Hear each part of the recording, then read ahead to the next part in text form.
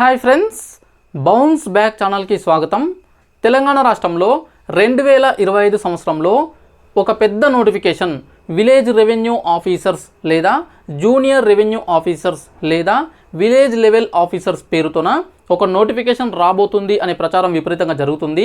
ఈ నేపథ్యంలో ప్రభుత్వం తీసుకుంటున్నటువంటి చర్యలు, విలేజ్ రెవెన్యూ ఆఫీసర్కి సంబంధించినటువంటి నోటిఫికేషను అసలు వస్తుందా రాదా, వస్తే ఎన్ని వేకెన్సీస్ ఉండొచ్చు, వస్తే ఎప్పుడు నోటిఫికేషన్ రావచ్చు, ఇలాంటి అనేక రకాల డౌట్స్ నన్ను గత వారం రోజులుగా అడుగుతున్నారు. ఈ రీసెంట్ డేస్లో అంటే గత 2-3 రోజులుగా ఈ మెసేజెస్ ఎక్కువగా వస్తున్నాయి. ఈ నేపథ్యంలో అసలు విలేజ్ రెవెన్యూ ఆఫీసర్స్ లేదా దానికి సంబంధించినటువంటి నోటిఫికేషన్ వస్తుందా రాదా అనే అంశం పైన కొంత డీటెయిల్డ్ అనాలిసిస్తోనే మీకు చెప్పే ప్రయత్నం చేస్తా. ఇందులో చెప్పే విషయాలన్నీ కూడా నాకున్నటువంటి అవగాహన, నాకున్నటువంటి అంచనా, నా అనాలిసిస్ ప్రకారం మాత్రమే, ఏది కూడా అధికారికమైతే కాదు. అది గమనించి ఈ వీడియోని పూర్తిగా చూసే ప్రయత్నం చేయండి. అప్పుడే మీకు నా అనాలిసిస్ తెలుస్తుంది, నోటిఫికేషన్కి సంబంధించినటువంటి అంశం పైన మీకు ఒక క్లారిటీ వస్తుంది. అయితే ఈ వీడియో చూసిన తర్వాత ఖచ్చితంగా మీకు వీడియో నచ్చుతుంది. నచ్చితే మాత్రం లైక్ చేయండి. అదేవిధంగా ఛానల్ని కొత్తగా చూసిన వాళ్ళైతే సబ్స్క్రైబ్ చేసుకోండి. ఇక ఛానల్ని చూస్తూ సబ్స్క్రైబ్ చేసుకోకుండా కూడా ఉన్న వాళ్ళు చాలామంది ఉన్నారు. అలాంటి వాళ్ళు కూడా తప్పకుండా సబ్స్క్రైబ్ చేసుకోండి. ఇక వీడియోని మీ మిత్రులకు చాలామందికి షేర్ చేసే ప్రయత్నం చేయండి. మీరు మన ఛానల్కి చేసేటువంటి చిన్న సహకారం ఇదొకటి మాత్రమే. కాబట్టి పర్టికులర్గా అడుగుతున్నాను, వీడియోని లైక్ చేయడం, షేర్ చేయడం, సబ్స్క్రైబ్ చేసుకోవడం మర్చిపోవద్దు.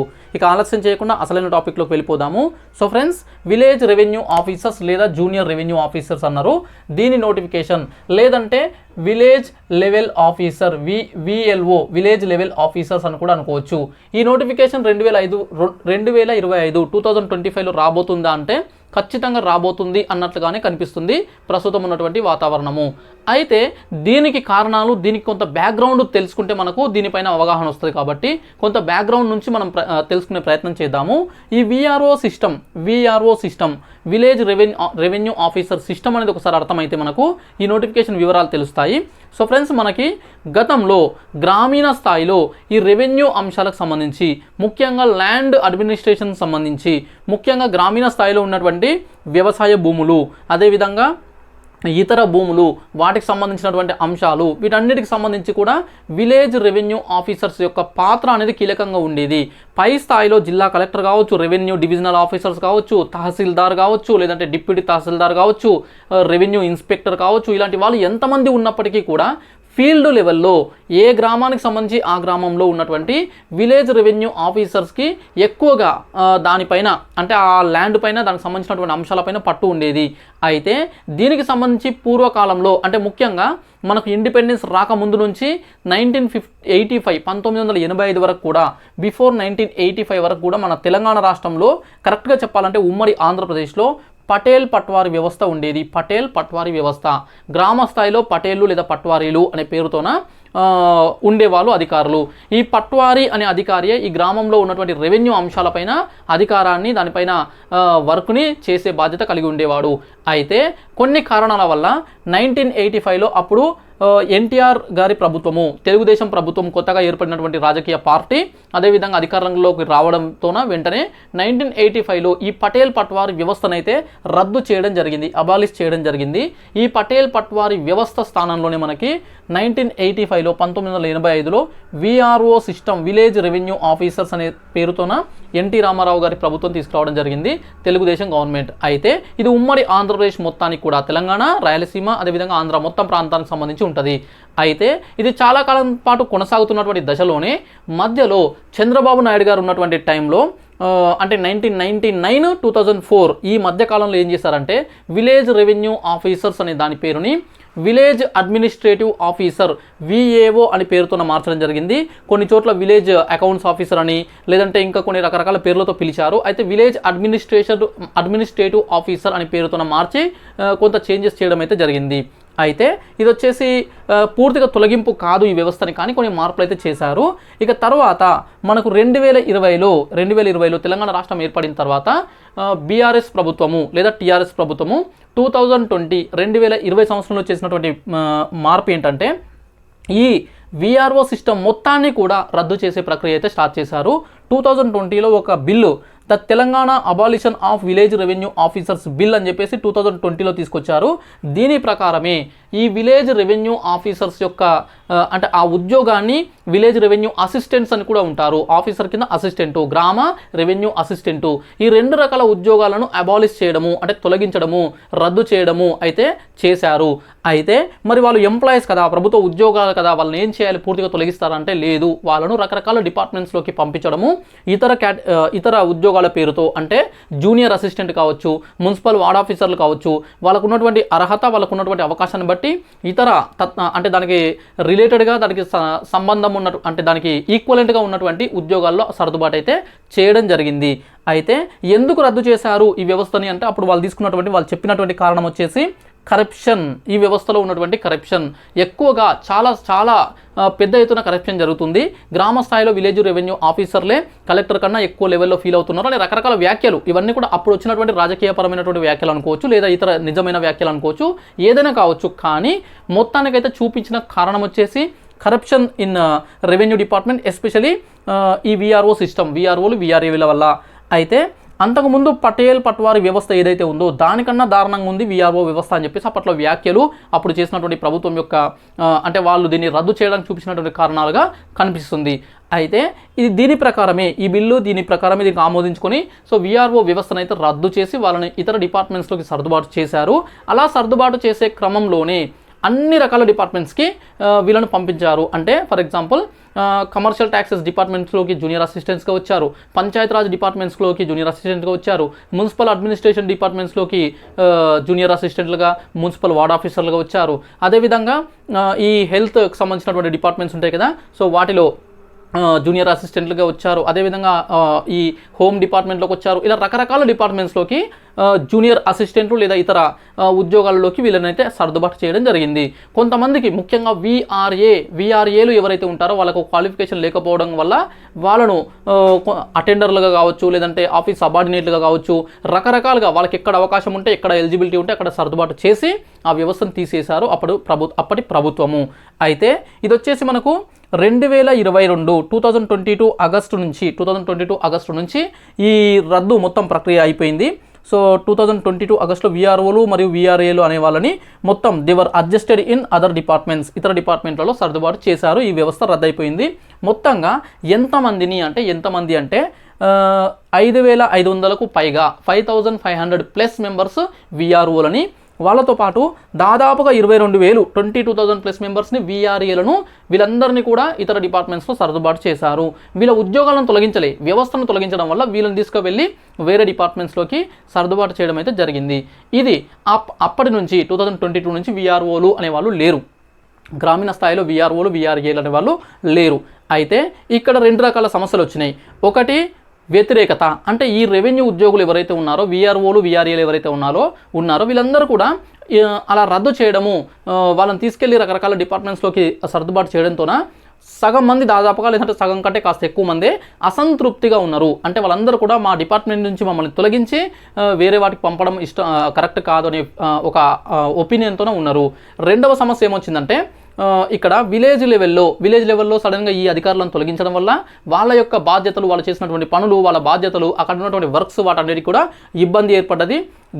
గ్రామీణ స్థాయిలో విఆర్ఓలు విఆర్ఏలు లేకపోవడం వల్ల ఆ బాధ్యత మొత్తం కూడా విలేజ్ లెవెల్ వర్క్స్ కూడా మొత్తం రెవెన్యూ ఇన్స్పెక్టర్ అంటే గిరిదావరి అని చెప్పేసి అంటాం కదా, రెవెన్యూ ఇన్స్పెక్టర్ పైన, డిప్యూటీ తహసీల్దార్ పైన, వాళ్ళపైన పడింది. కాబట్టి ఈ నేపథ్యంలో వీళ్ళ యొక్క అవసరం కూడా ఉంది అనే విషయం కూడా ఇక్కడ ఒక ఇష్యూ అయితే ఆ ఇంపార్టెన్స్ అయితే తెలిసి వచ్చింది. ఈ నేపథ్యంలో ప్రభుత్వము అంటే ప్రస్తుతం ఉన్నటువంటి ప్రభుత్వం ఏం చేసిందంటే వీళ్ళను పునరుద్ధరించాలి అని చెప్పేసి, అంటే ఆ ఉద్యోగాలను తిరిగి ప్రవేశపెట్టాలనే ఒక ఒపీనియన్కి రావడం జరిగింది.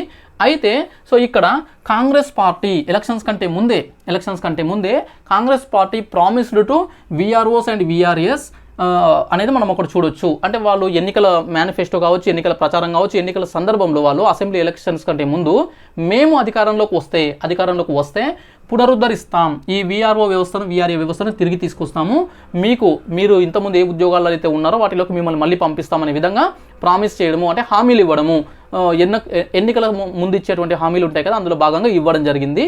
అయితే ప్రభుత్వము అనుకున్నట్లుగానే సో వాళ్ళు కాంగ్రెస్ ప్రభుత్వం అయితే మెజార్టీ స్థానాలు సంపాదించి వాళ్ళు ప్రభుత్వాన్ని ఏర్పాటు చేశారు కాంగ్రెస్ పార్టీ. సో అధికారంలోకి వచ్చిన తర్వాత వీళ్ళు ఈ వీఆర్ఏలు వీఆర్ఓలు ఎవరైతే ఉన్నారో వాళ్ళు కూడా ప్రభుత్వాన్ని ఒత్తిడి చేయడము, మీరు ఇచ్చినటువంటి మాట ప్రకారము ఈ వ్యవస్థను రండి అని చెప్పేసి వాళ్ళు కూడా ప్రయత్నం చేయడంతోన మొత్తానికి ప్రభుత్వం అయితే మళ్ళీ ఈ వీఆర్ఓ వ్యవస్థను పునః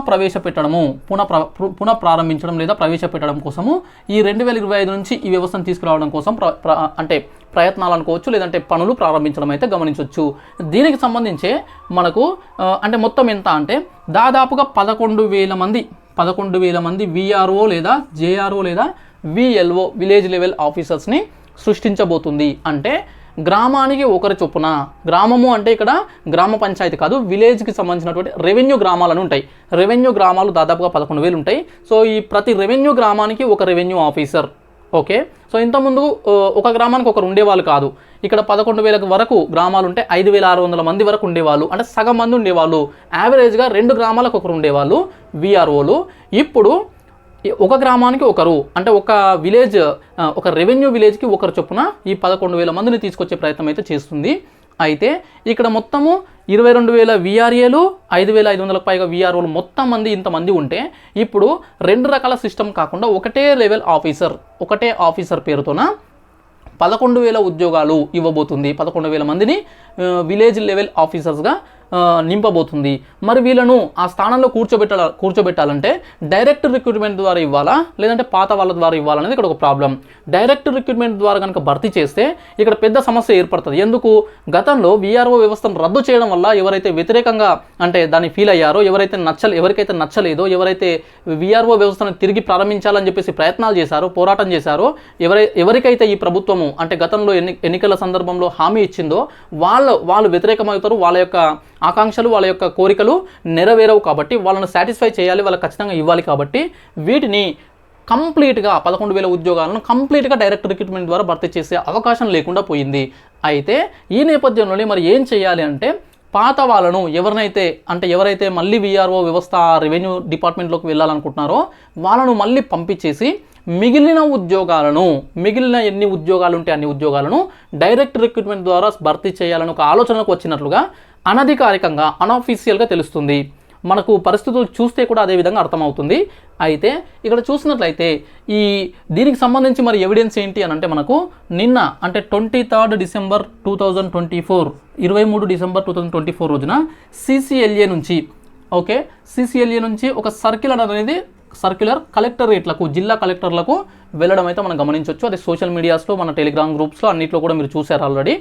అందులో వాళ్ళు క్లియర్గా ఏం మెన్షన్ చేశారంటే విల్లింగ్ ఉన్నటువంటి వాళ్ళు, ఇంట్రెస్ట్ ఉన్నటువంటి వాళ్ళు, అంటే గతంలో వీఆర్ఓలు లేదా వీఆర్ఏలుగా ఉద్యోగం చేసి రకరకాల డిపార్ట్మెంట్స్లో సర్దుబాటు చేయబడి ఎవరైతే మళ్ళీ వీఆర్ఓ లేదా వీఆర్ఏ వ్యవస్థ అంటే ముఖ్యంగా ఈ విలేజ్ లెవెల్ ఆఫీసర్ అనే వ్యవస్థను తీసుకొస్తే అందులోకి మళ్ళీ వెళ్ళాలనుకుంటున్నారో అట్లా విల్లింగ్ ఉన్నటువంటి వాళ్ళను, ఆ విధంగా ఇంట్రెస్ట్ ఉన్నటువంటి వాళ్ళ యొక్క లిస్టు తయారు చేయండి, డేటా కలెక్ట్ చేయండి అనే విధంగా ఒక సర్క్యులర్ అనేది మనం చూడొచ్చు. ఆ సర్క్యులర్ సారాంశము, దానికి సంబంధించి గూగుల్ ఫామ్స్ ఉంటాయి కదా, ఆ గూగుల్ ఫామ్ క్రియేట్ చేసి అందులో డేటా అంతా కలెక్ట్ చేయండి అనే విధంగా కూడా ఉంది. ఆ ప్రక్రియ కూడా ప్రారంభమైంది. అయితే ఇందులో ఇంట్రెస్ట్ ఉన్నటువంటి వాళ్ళు అందులో డేటా ఇస్తారు. అవసరం లేదు, మాకు ప్రస్తుతం అంటే సర్దుబాటు చేసిన తర్వాత ఇప్పుడున్నటువంటి జాబే బాగుంది అనుకున్నటువంటి వాళ్ళు అందులోనే ఉండిపోతారు. ఆ తర్వాత ఎంతమంది కోరుకుంటున్నారు, ఎంతమందిని బ్యాక్ అంటే రెవెన్యూ డిపార్ట్మెంట్కి మళ్ళీ పంపించాలి, ఆ తర్వాత మిగిలిన వాటిని ఎలా భర్తీ చేయాలనే డెసిజన్ అయితే తీసుకోవడానికి అవకాశం ఉంటుంది. ఇదే సందర్భంలో ఇంకొక ఆలోచన కూడా చేశారు. అదేంటంటే సర్వేయర్లు, మనకు ల్యాండ్ సర్వేకి సంబంధించి ఇది కూడా రెవెన్యూ డిపార్ట్మెంట్లో సర్వే అనేది కూడా ఒక సబ్ డిపార్ట్మెంట్ ఉంటుంది. అయితే ఈ సర్వేయర్లు కూడా దాదాపుగా 1000 మందిని వీళ్ళ నుంచే సర్వేయర్లుగా కూడా తీసుకుందాము అనే ఆలోచన కూడా చేసినట్లుగా, దానికి సంబంధించి కూడా ఆ ఆప్షన్స్ అంటే ఎవరైతే విల్లింగ్ ఉన్నారో అందులో వాళ్ళకు సంబంధించి ఇంట్రెస్ట్ ఉందా లేదా అనే ఒక ఆప్షన్ కూడా అడిగినట్లుగా మనకు కనిపిస్తుంది కూడా. అయితే ఇది చూసినట్లయితే మనకు మొత్తంగా ఉద్యోగాలు డైరెక్ట్ రిక్రూట్మెంట్ ద్వారా వచ్చే అవకాశాలు ఎక్కువగా ఉన్నాయి, దాదాపుగా వస్తాయి. కానీ ఎన్ని వస్తాయి అనేది ఇక్కడ ప్రశ్న. అది దానికోసం మనం ఒకసారి అనాలిసిస్ చేద్దాం. ఇప్పుడు ఇక్కడ వీళ్ళను ఏ విధంగా భర్తీ చేస్తారు అంటే ఈ సర్క్యులర్ ప్రకారము పాత వాళ్ళని ఎలా భర్తీ చేస్తారంటే, ఒకటి ఎలిజిబిలిటీ ఎలిజిబుల్ క్యాండిడేట్స్. ఎలిజిబిలిటీ అంటే ఏంటి? వాళ్ళ సర్వీసు అనేది వాళ్ళు రెగ్యులర్ ఎంప్లాయీస్ అయ్యి ఉండాలి, అంటే ప్రొబేషన్ డిక్లేర్ అయ్యి సో వాళ్ళు రెగ్యులరైజ్ అయ్యి ఉన్నటువంటి వాళ్ళని మాత్రమే కన్సిడర్ చేస్తారు. అదేవిధంగా వాళ్ళకి సంబంధించి విల్లింగ్ అడుగుతున్నారు అంటే వాళ్ళకి ఇష్టం ఉందా లేదా. ఫర్ ఎగ్జాంపుల్ ఒక విఆర్ఓని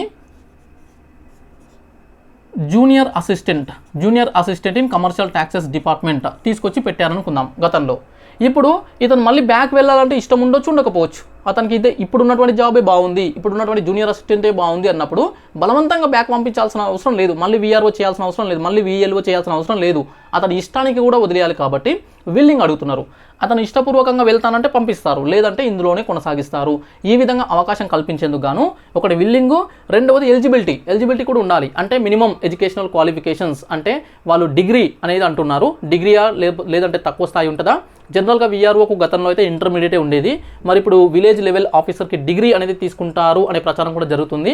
ఒకవేళ అదే నిజమైతే కనుక డిగ్రీ అనే క్వాలిఫికేషన్ ఉన్న వాళ్ళను బ్యాక్ పిలుస్తారు, అంటే మళ్ళీ అవకాశం ఇస్తారు పాత వ్యవస్థలోకి వెళ్ళడానికి, లేదంటే వాళ్ళను ఇప్పుడున్నటువంటి ఉద్యోగాల్లోనే కొనసాగిస్తారు.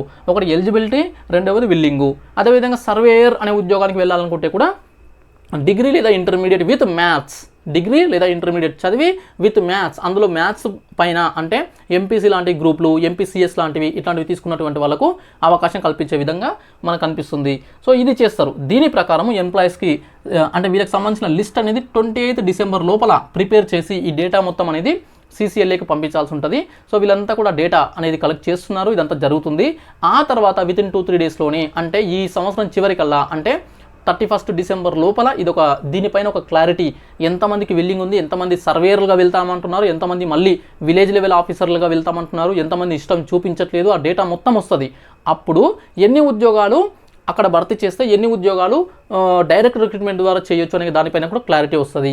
నా అంచనా ప్రకారము ఇక్కడ వీఆర్ఓలు ఎంతమంది ఉన్నారు అంటే 5,500 మంది దాదాపుగా. వీఆర్ఓలు దాదాపుగా 5,500 మంది ఉన్నారు, అంటే పాత వాళ్ళు. ఈ వీఆర్ఓ వ్యవస్థ రద్దు చేసినప్పుడు ఏం చేశారంటే రకరకాల డిపార్ట్మెంట్స్లోకి జూనియర్ అసిస్టెంట్లుగా లేదంటే ఇతర వేరే దానికి ఈక్వలెంట్ ఉన్నటువంటి ఉద్యోగులుగా పంపించడం జరిగింది. ఇందులో మనకు ఒక 1000 మంది, ఈ 5,500 ఉద్యోగాలలో అంటే వీఆర్ఓలలో 1000 మంది గతంలో డైరెక్ట్ రిక్రూట్మెంట్ ద్వారా భర్తీ అయినటువంటి వాళ్ళు ఉన్నారు.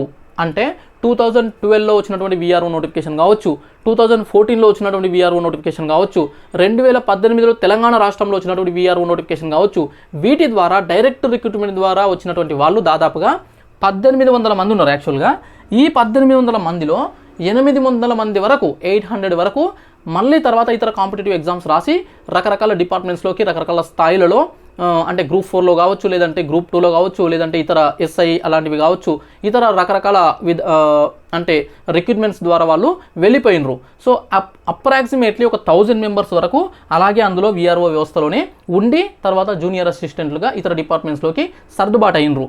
వీళ్ళు డైరెక్ట్ రిక్రూట్మెంట్ ద్వారా వచ్చినటువంటి వీళ్ళకు ఎలిజిబిలిటీ ఎక్కువ ఉంది. అంటే ఎందుకు ఎక్కువ ఉంది అంటే వాళ్ళకు డిగ్రీ ఉంది, మినిమం అందరు కూడా దాదాపుగా డిగ్రీ అనే మినిమం ఎడ్యుకేషనల్ క్వాలిఫికేషన్ ఉంది. అదేవిధంగా వాళ్ళు ప్రొబేషన్ కంప్లీట్ చేసుకొని ఉన్నారు.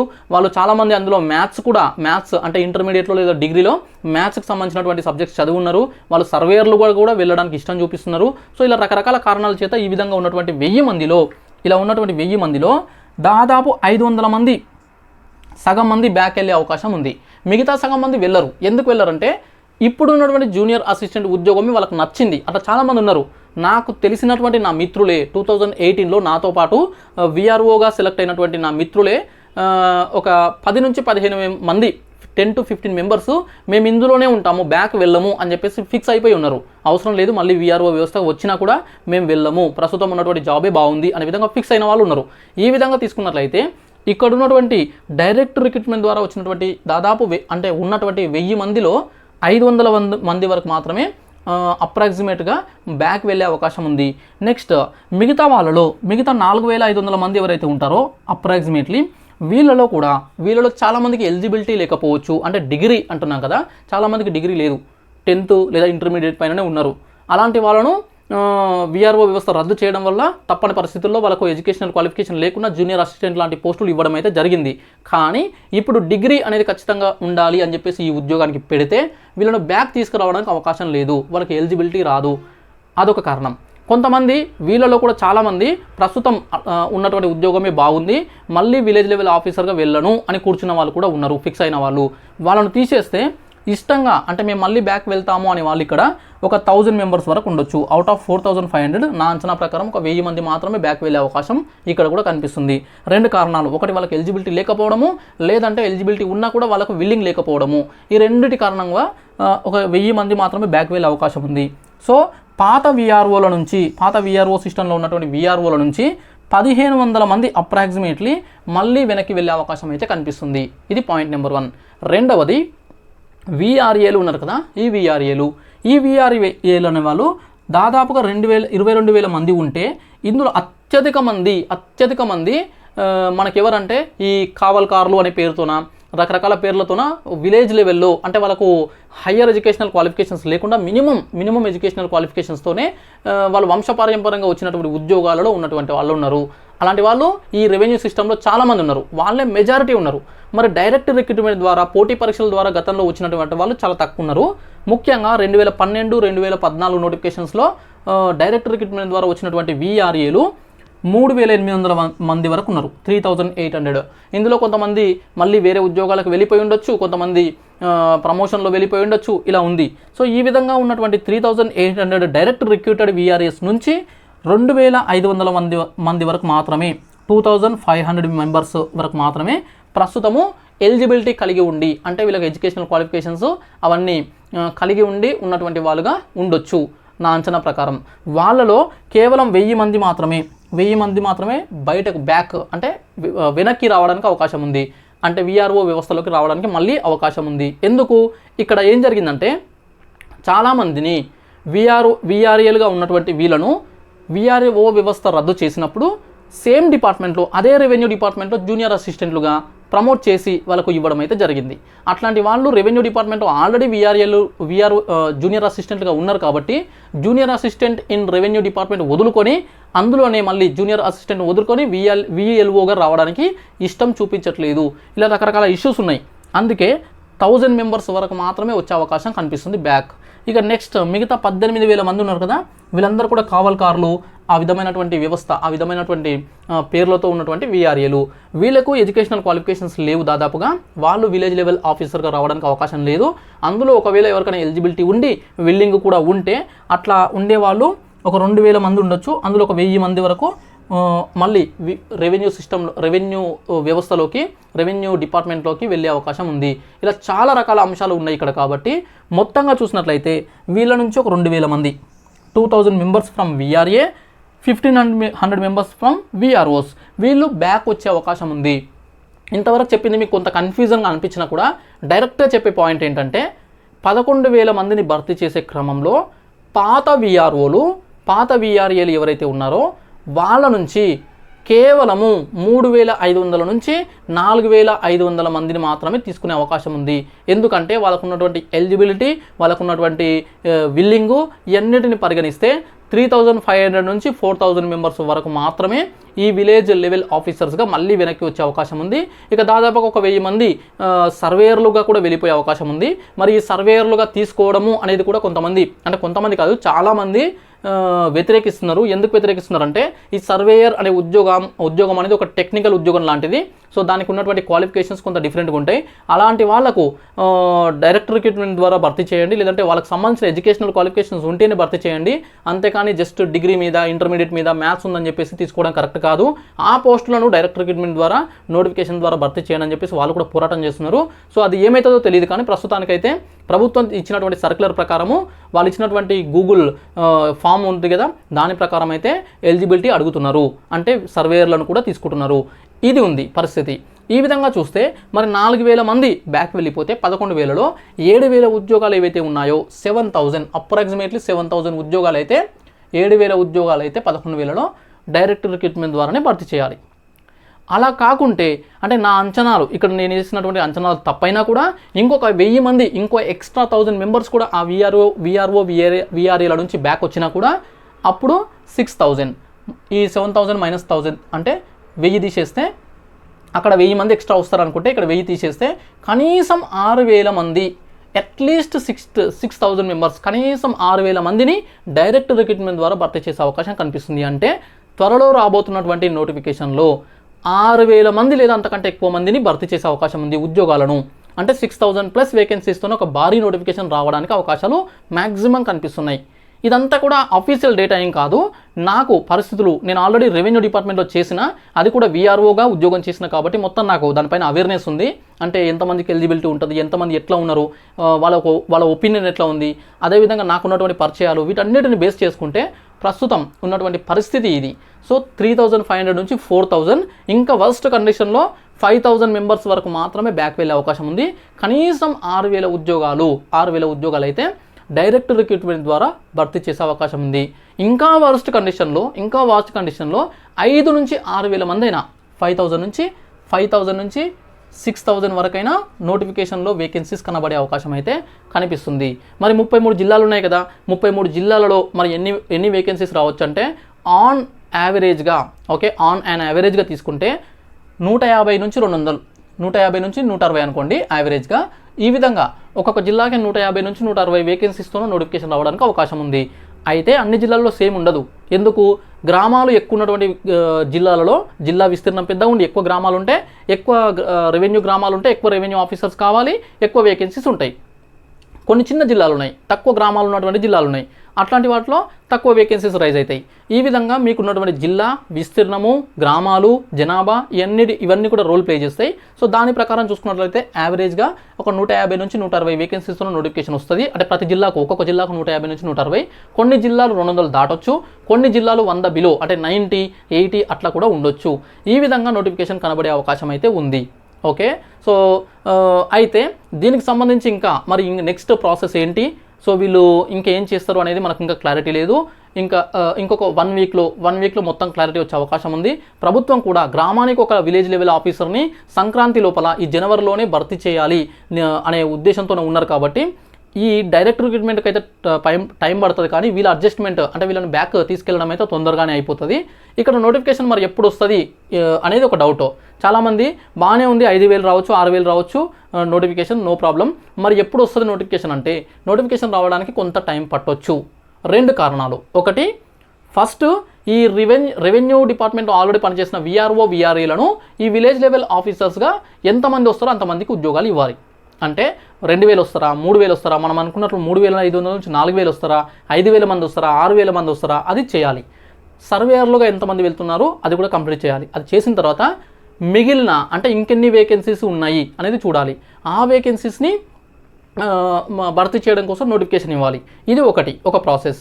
రెండవది వచ్చేసి ఎస్సీ వర్గీకరణ. ఓకే, ఎస్సీ సబ్ డివిజన్ ఉంది కదా, ఆ వర్గీకరణకు సంబంధించి అంశము ప్రస్తుతం ఆ అంశం అనేది ఇంకా కంప్లీట్ కాలేదు. ఆ వర్గీకరణ కంప్లీట్ అయితే కానీ ఈ నోటిఫికేషన్కి రూట్ క్లియర్ కాదు. ఎందుకంటే సడన్గా నోటిఫికేషన్ ఇచ్చేస్తే, ఫర్ ఎగ్జాంపుల్ ఈ మంత్ ఎండింగ్ వరకు వేకెన్సీస్ పైన ఒక క్లారిటీ వచ్చింది అనుకుందాం.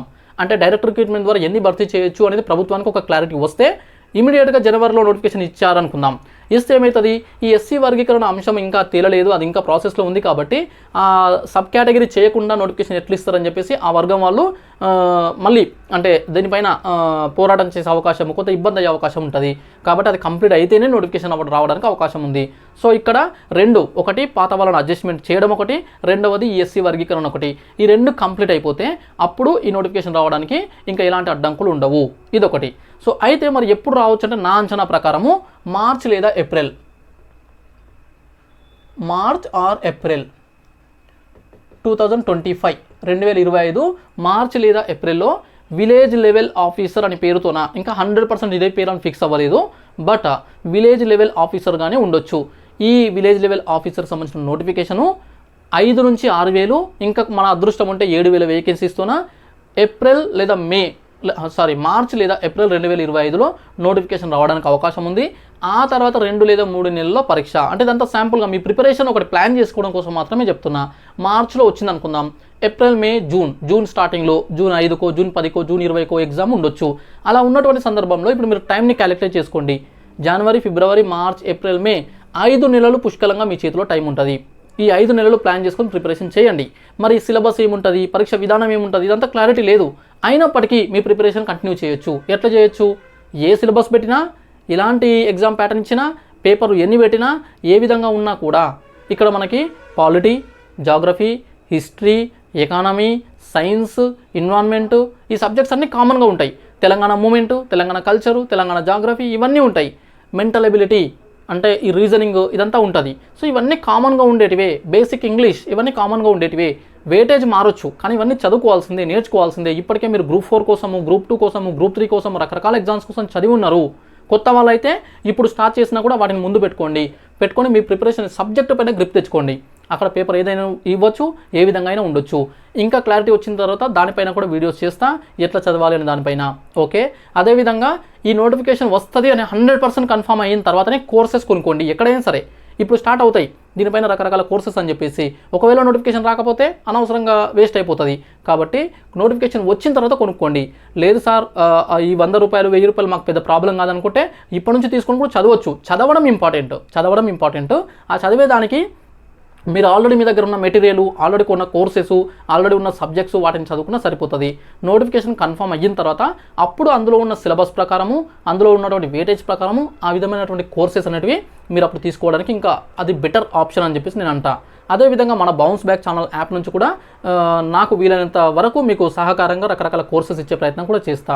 ఓకే, ఇక నెక్స్ట్ వీడియోలో దీనిపైన ఉన్నటువంటి అనేక రకాల డౌట్స్ అంటే సిలబస్ విషయం కావచ్చు, జాబ్ ప్రొఫైల్ అంటే ఈ ఉద్యోగం ఎట్లా ఉండబోతుంది అనే దానిపైన, ఇంకా ప్రమోషన్స్ పైన, సర్వీస్ పైన, ఇలా రకరకాల అంశాలపైన త్వరలో అంటే ఇంకొక 4-5 డేస్లో లేదా వారం రోజుల్లో ఈ అంశం పైన ఇంకొక వీడియో కూడా చేసే ప్రయత్నం చేస్తా. ఓకే, సో ఫైనల్గా నేను చెప్పేది ఏంటంటే విలేజ్ లెవెల్ ఆఫీసర్కి సంబంధించిన ఉద్యోగాలకు సంబంధించి భర్తీ ప్రక్రియ ఖచ్చితంగా జరుగుతుంది.